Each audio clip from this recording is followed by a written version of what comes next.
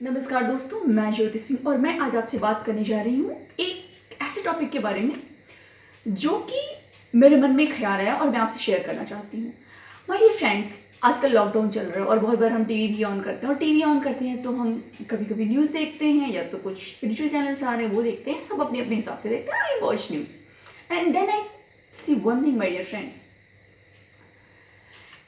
Politics में politicians जो हैं वो हमेशा एक दूसरे को बस नीचा ऊंचा गिराने की कोशिश किया करते हैं। मैं सबसे अच्छा, तुम सबसे बुरे, ये चीज़ सबसे ज़्यादा होती है। दोस्तों, यहाँ पे मेरा कहना क्या है कि जिस प्रकार की पॉलिटिशियंस की भाषा है, जिस शब्दावली का, जिस भाषा का वो यूज़ करते हैं, जो वो अपना इंटेंशन दिखाते हैं, जो उनका इंटेंशन हमें नज़र आता है हर एक चीज़ में, चाहे वो कहीं पर रेप का मामला हो, चाहे वहाँ पे हमारे शहीदों की शहादत हो गलवान वैली में, चाहे वो हमारे 8 पुलिसकर्मी जो हैं उनकी निर्मम हत्या की गई हो और यूपी में कोई भी मामला हो माय डियर फ्रेंड्स, या तो सर्जिकल स्ट्राइक की गई हो, कोई भी मामला हो, हर एक जगह पे हम देखते हैं कि पॉलिटिक्स जो है वो चरम पे रहती है। और चरम पे वो इस माध्यम से रहती है कि बस किस प्रकार से अगर कोई अच्छा भी कार्य कर रहा है तो उसको बुरा साबित कर सकें, उसको हम किस प्रकार से जनता को बरगला सकें, जनता को का ध्यान भटका सकें, जनता को कंफ्यूज कर सकें। दोस्तों, ये हर एक पार्टी करती है, दोनों मतलब सभी करते हैं, लेकिन अपोजिशन जिसको कि पूरे भारतवर्ष ने नकार दिया है काफ़ी हद तक, सेंट्रल में उसकी तो बात ही नहीं करिए कि वो किस प्रकार से करती है। तो दोस्तों, अब देखिए, एक मैं यहाँ पे जो आपसे शेयर करना चाहती हूँ वो क्या करना चाहती हूँ कि मुझे ये मेरा अपना विचार है कि एक बात बताइए, क्या हम कभी अपने आर्मी से ये उम्मीद कर सकते हैं कि हमारी आर्मी जो है, हमारी सेना जो है वो हमारे खिलाफ होगी और हमारे देश के अगेंस्ट काम करेगी, हमारे देश के विरोध में काम करेगी, हमारे देश के विरोधियों के साथ काम करेगी, या हमारी सेना जो है वो कभी दुश्मन देश से मिल जाएगी? क्या हम ऐसा कभी सोच सकते हैं? क्या हम ऐसा कभी कल्पना कर सकते हैं? नहीं। क्यों नहीं कर सकते? क्यों हम ऐसे कल्पना नहीं कर सकते? क्योंकि ऐसा नहीं हो सकता है। It may not happen. ये ऐसा नहीं हो सकता है। क्यों नहीं हो सकता है दोस्तों? अब ये बताओ, क्यों नहीं हो सकता है? आप बोलेंगे नहीं, हमारी सेना को ऐसी ट्रेनिंग मिली है कि ऐसा नहीं हो सकता है। दोस्तों,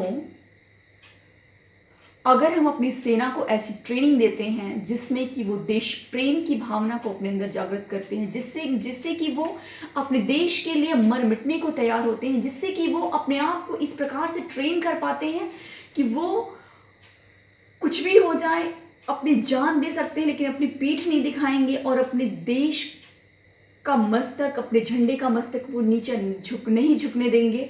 अगर वो इस प्रकार की शपथ ले सकते हैं और उनको इस प्रकार से का चट्टान और फौलाद बनाया जा सकता है, तो हमारे देश के पॉलिटिशियंस को किसी भी प्रकार की ट्रेनिंग क्यों नहीं दी जाती है?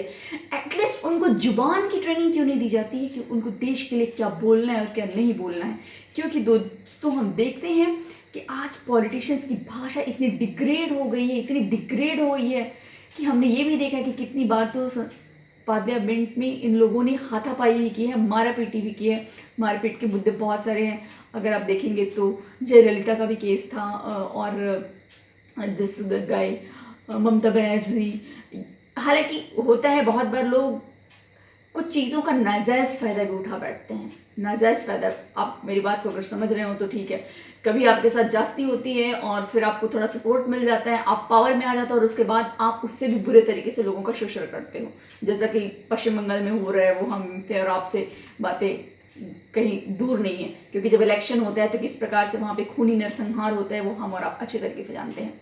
दोस्तों, अब देखो, एक बात आती है यहाँ पे कि जो मेरा मुद्दा है उससे हमें भटकने की जरूरत नहीं। मैं बस ये कहना चाहती हूँ कि अगर हम अपने देश के सैनिकों को इस प्रकार से ट्रेन कर सकते हैं, इस प्रकार से हम उनका माइंड मेकअप कर सकते हैं कि वो अपने देश के लिए मर मिटने के लिए तैयार हैं, तो इन पॉलिटिशियंस को क्यों नहीं, जो कि हमारे सैनिकों को भी गवर्न करते हैं कि क्या करना है क्या नहीं करना है।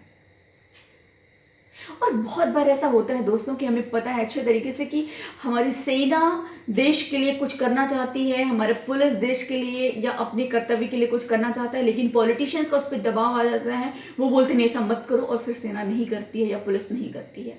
ऐसा बहुत बार होता है। तो इनका माइंडसेट, इनका ब्लूप्रिंट, इनका थिंकिंग पैटर्न क्यों नहीं चेंज किया जाता?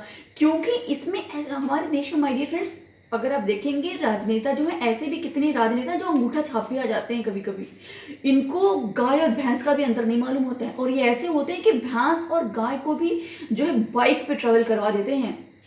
चारा घोटाले जैसी घटनाएं हो जाती हैं दोस्तों। और फिर हम बोलते हैं कि नहीं, हम तो लोकतांत्रिक देश के नागरिक है, यहाँ पे सबको समान अधिकार है, कोई भी प्राइम मिनिस्टर बन सकता है, कोई भी चीफ मिनिस्टर बन सकता है। दोस्तों मैं ये बोलूँगी, कोई भी प्राइम मिनिस्टर और चीफ मिनिस्टर ना बने, क्योंकि अगर कोई भी प्राइम मिनिस्टर और चीफ मिनिस्टर बनेगा ना, तो कोई हमेशा के लिए मौन व्रत ही धारण किया रहेगा। कुछ भी हो जाए, देश को आग लगे, कुछ भी हो जाए, कुछ भी हो जाए, लेकिन वो मौन धारण किया रहेगा। और कुछ ऐसे भी होंगे जो कि दोस्तों साइकिल और स्कूटर पे जानवरों को ट्रैवल करवा देंगे, ऐसे भी लोग होते हैं। तो ऐसा क्यों हो रहा है? क्योंकि हमारे पॉलिटिशियंस के लिए कुछ डिसाइड नहीं किया, इनको कोई ट्रेनिंग नहीं दी गई। इनको बस सत्ता में आकर के पावर लेने की और पावर को मिसयूज करने की ट्रेनिंग मिली हुई है। और ये ट्रेनिंग इनको ऐसा नहीं कि कोई बिठा करके देता है, ये सेल्फ ट्रेनिंग इनकी है, इनके ग्रीड की ट्रेनिंग, इनके लालच की ट्रेनिंग है। और ऐसे बहुत कम पॉलिटिशियंस होते हैं जो कि अच्छे हैं और वो देश के हित में काम करते हैं, देश के लिए खड़े होते हैं। मोस्ट ऑफ द टाइम ऐसा देखा गया है दोस्तों कि इलेक्शन का जब टाइम आता है, तब जनता में ये पॉलिटिशियंस जाते हैं और अपनी जुबानी जंग लड़ते हैं, जनता को पैसे खिलाते हैं, साड़ियाँ देते हैं और लोगों को ड्रिंक पिलाते हैं और राशन देते हैं, इस प्रकार के पैसे देते हैं और वोट पा जाते हैं। और उसके बाद पूरे 5 साल तक, 10 साल तक, 25 साल तक, 30 साल तक, 40 साल तक देश को लूटने की कोशिश करते हैं। दोस्तों मेरा एक ही कहना है कि हम सभी को ये आवाज़ उठानी चाहिए कि जिस प्रकार आर्मी की ट्रेनिंग होती है, उसी प्रकार से पॉलिटिशियंस की ट्रेनिंग कम से कम साल भर, 1.5 साल की होनी चाहिए, 6 महीने की, या तो क्वार्टरली होवे या तो मंथली होवे, जिसमें कि इनको देश प्रेम, देश के प्रति इनके उत्तरदायित्वों को याद दिलाना चाहिए, देश के प्रति किस भाषा शब्दावली का यूज़ करना उसकी इनको जानकारी दी जानी चाहिए, और देश के प्रति इनको क्या बोलना है क्या नहीं बोलना है वो बताना चाहिए।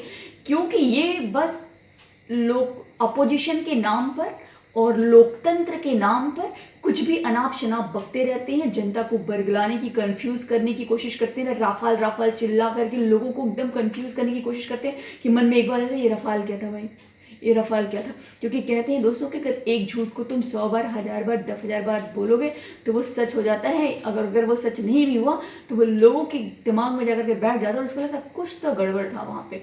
और फिर क्या होगा, जनता कंफ्यूज हो जाएगी और फिर वो बोलेगी सब तो एक ही जैसे हैं, किसका क्या किया जाए। देखो दोस्तों, मेरा किसी विशेष पार्टी से कोई झुकाव और ये इसकी बात नहीं है, मैं हर एक पॉलिटिशियंस की बात करूँ। ऐसा नहीं कि किसी पार्टी का पॉलिटिशियन सब के सब दूध के धुले होते हैं, नहीं, ऐसी कोई भी पार्टी नहीं जिसके सारे पॉलिटिशियंस दूध के धुले हुए हों, नहीं है वो दूध के धुले हुए। और मैं चाहती हूँ कि दूध के धुले हुए सब पॉलिटिशियंस हों, क्योंकि ये सब टैक्स के पैसों का इनको सदुपयोग करना रहता है, बट ये उन पैसों का दुरुपयोग करते हैं और अपने मतलब पर्सनल यूज़ के लिए वो उसका यूज़ करते हैं। वो बस अपने घर को, अपने परिवार को, अपने जान पहचान के लोगों को जो है वो लाभ दिलवाते हैं और बाकी जनता को लूटने का काम करते हैं। तो ये हमारे पैसे हमसे लेकर के हमें लूटने का काम ना करें। तो दोस्तों, अगर आपको मेरा यह वीडियो अच्छा लगा तो आप मुझे कमेंट में ज़रूर शेयर करें कि क्या पॉलिटिशियंस को भी आर्मी की तरह ट्रेनिंग देने की ज़रूरत है, जिससे कि यह अपने कर्तव्यों को समझ सकें और देश सेवा के कार्य को अपनी जिम्मेदारी समझते हुए अपनी सही भूमिका का निर्वाह करें। क्योंकि मेरे देश में मुझे पॉलिटिशियंस की भाषा, उनके काम, उनके एक्शंस, उनकी नज़रें, उनका एटीट्यूड ऐसा नज़र आ रहा है बहुत सारे लोगों का, जो कि बहुत ही घृणास्पद है और जो कि एक ऐसा मैसेज भी ये जो है सोसाइटी में, देश में भेजता है कि सभी पॉलिटिशियंस करप्ट होते हैं, बस इक्का दुक्का अच्छे होते हैं। अगर आप मेरे लिए अच्छे पॉलिटिशियंस की बात करो जिनको मैं मानती हूँ कि वो बहुत अच्छे थे, तो उनमें से आप बोल सकते हो, for me my favourite one was Mr. APJ Abdul Kalam. He was a very nice person for me. And then my dear friend Subramaniam Swamy, I love him very much. उनकी बेबाकी, उनका प्रेजेंटेशन, उनका openness, transparency, super. Then I can say Mr. Narendra Modi, Yogi Adityanath ji, इस प्रकार ये मेरे favourites हैं। I am not saying they all will be your favourite, but these are my favourites. ऐसे characters की हमारे देश को ज़रूरत है। हमारे देश को ज़रूरत है लाल बहादुर शास्त्री की, हमारे देश को ज़रूरत है सरदार वल्लभ भाई पटेल की, माय डियर फ्रेंड्स। हमारे देश को ज़रूरत है चाणक्य की, माय डियर फ्रेंड्स। हमारे देश को देशद्रोहियों की और चाटुकारों की कोई ज़रूरत नहीं है, जो कि आज की पॉलिटिक्स में यह हमें देखने को मिलती है। बहुत सारे लोग बस देशद्रोही बयान देते रहते हैं और चाटुकारिता में लगे रहते हैं। वो बस एक पर्टिकुलर पार्टी के लिए आते हैं और अनाप शनाप बक करके जाते हैं, लोगों को कंफ्यूज करने का काम करते हैं। भाषा पे उनका कोई संयम नहीं है, वो देश चलाने की बात करते हैं और उनको मुंह चलाने नहीं आता है। तो दोस्तों, अगर हम इस भारत के नागरिक हैं तो हमारा एक कर्तव्य बनता है कि हम अपने टैक्स के पैसे जिन पॉलिटिशियंस को देते हैं या जिस सरकार को देते हैं, उस सरकार पे भी हम ये जवाबदारी और जिम्मेदारी ले सके कि वह अपने काम को सुचारू रूप से करे और हमारे पैसों का दुरुपयोग ना करे।